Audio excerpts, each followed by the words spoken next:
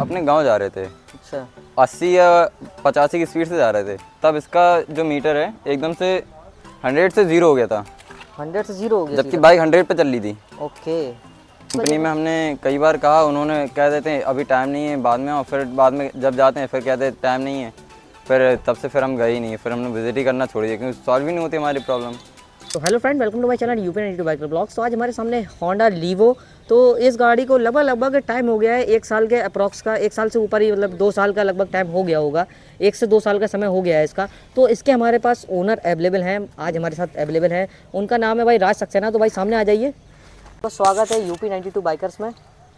तो भाई ये है राज भाई, तो ये उरई में ही रहते हैं, उत्तर प्रदेश जालौन ज़िले में। तो भाई इनसे आज पूछेंगे कि कैसा एक्सपीरियंस रहा है ये होंडा लीवो का, और उन्होंने क्यों डिसाइड की इस गाड़ी को लेना। तो भाई सबसे पहले आप बताइए, ये गाड़ी आपको पड़ी कितने की थी उस टाइम पर? मुझे ये बाइक जब उन्होंने मुझे प्राइस बताया था, तब उन्होंने मुझे बताया था 95,000 रुपीज़ की। 95,000। तब मैंने ये EMI पे ली थी, तो उसमें मुझे ये 30,000 एक्स्ट्रा पे करने पड़े। 30,000 एक्स्ट्रा पे करने पड़े, मतलब ऑन रोड की अगर बात करें तो 95,000 रुपीज़ की पड़ गई। 95। ठीक है। तो आप इसको कब से चला रहे हैं, लगभग कितना समय हो गया है? अभी मुझे दिसंबर में इसको कंप्लीट 2 साल हो जाएंगे। दिसंबर में हो जाएंगे, मतलब अभी 1.5 साल का समय हुआ है। ठीक है।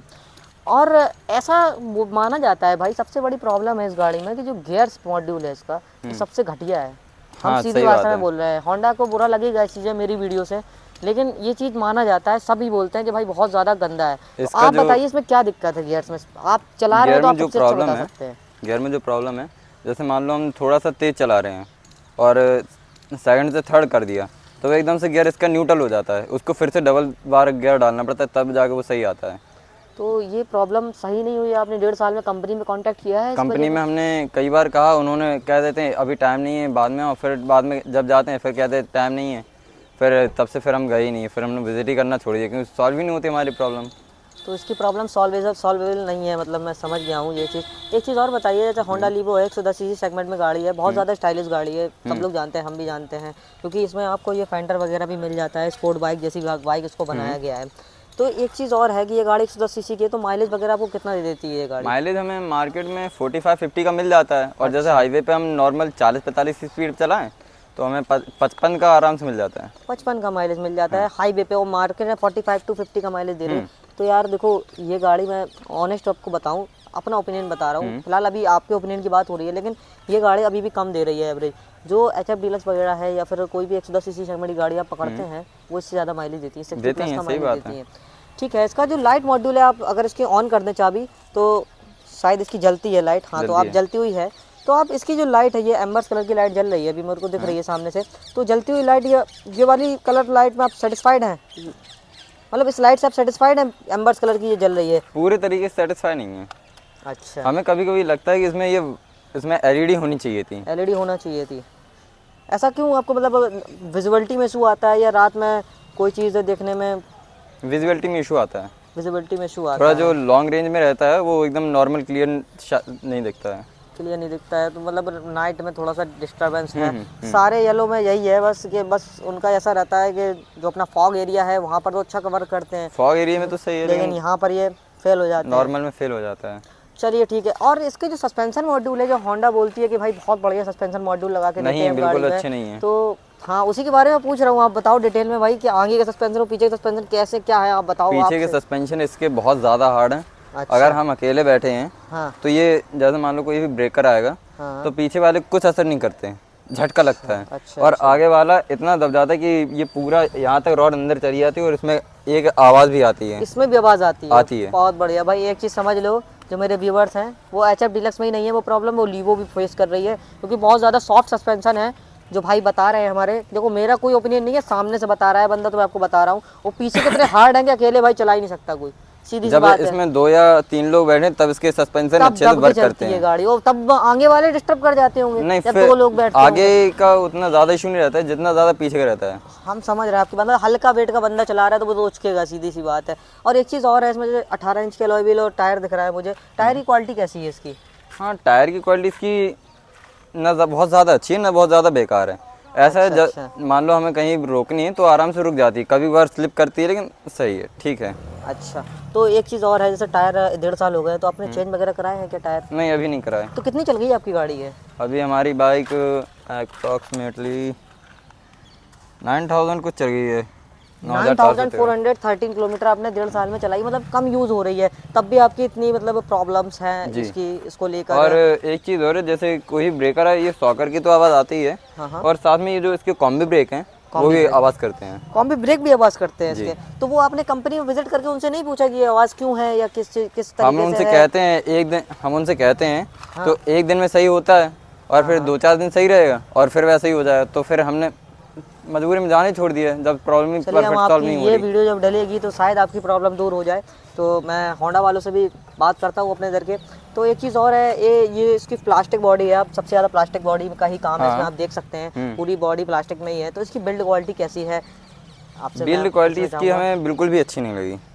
ऐसा क्यों, आप थोड़ा सा बताएंगे मुझे, थोड़ा सा डिटेल में? ऐसा इसलिए, जैसे मान लो इसमें हमने कुछ भी टांग लिया, कई बार नॉर्मल सी बात है, हम लोग टांग लेते हैं, सब कुछ सामान लिया नहीं है, बैग है तो टांग लेते हैं, यहाँ पे जैसे वो हल्का सा फंस गया तो हमने ऐसा हैंडल मोड़ा तो ये फाइबर इसका खुल जाता है पूरा। अच्छा। और इसका ये जो टेल पैनल है, हमने 1 साल पहले उनसे ऑर्डर लगाया था इसको मंगाने के लिए, ये गलती से टूट गया था, मेरी गलती से।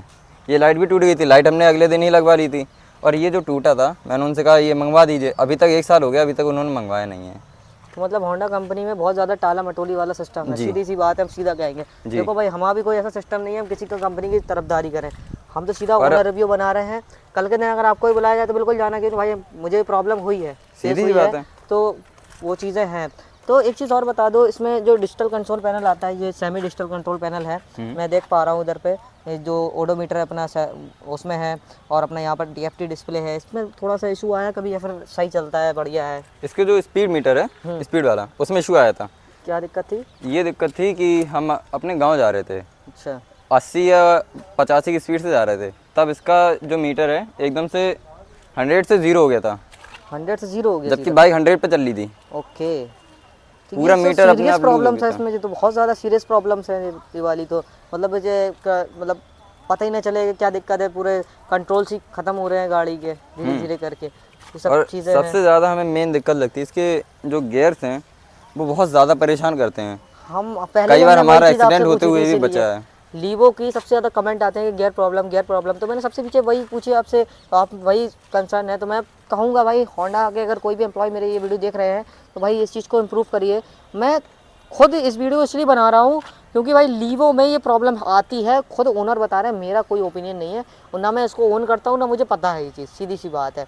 और इसका जो माइलेज है वो कंपनी के लिमिट बताते हैं कि मतलब 60 दे देगी, 70 दे देगी, 65 दे देगी, लेकिन ऐसा नहीं होता है, 70-80 नहीं। और एक चीज़ और है, वो जो बटन दिख रहे हैं आपको, ये बटन जो नए वाले हैं ये बहुत अच्छे लगते हैं, ये वाले बटन देखने में काफ़ी अच्छे हैं, लेकिन क्वालिटी कैसी है वो भाई आप ही बता सकते हैं, क्योंकि आप चला रहे हैं, इसका एक्सपीरियंस आपको ही है।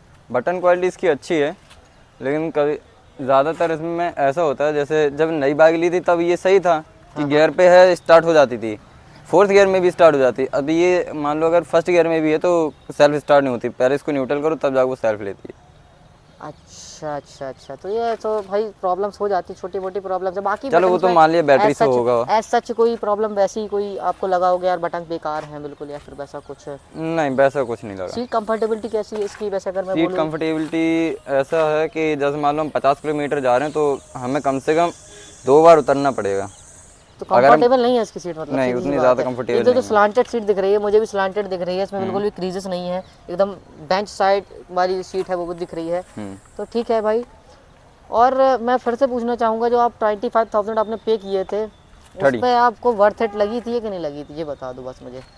जो 95,000 रुपीज़ की ये बाइक है, इसके अलावा आपको ये लगा होगा यार ये मैंने 95,000 में ये बाइक ले ली है, मैं दूसरी ले लेता तो शायद अच्छा रहता? हाँ लगा है। कौन सी गाड़ी की तरफ आपको मूव ऑन ऐसा लगा था कि मैं उसको लेना सही रहता है? मेरे मन में 2 बाइक्स थी, एक तो पल्सर NS 125 और दूसरी थी राइडर 125। हाँ, तो उसमें थोड़ा सा बजटिंग तो एक्सटेंड करना पड़ता है 10-15 हज़ार। हमें प्रॉब्लम नहीं थी ना, लेकिन थोड़ा सा उस टाइम पे जब हमें थोड़ा ज़रूरत थी बाइक लेने की, इसलिए हमने ये ले ली। हो जाता है जब ज़रूरत होती है तो हो जाता है।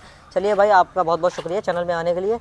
ठीक है भाई, तो भाई ये था ओनर एक्सपीरियंस, तो बस आपको बताया मैंने कि किस तरीके का है लीवो का।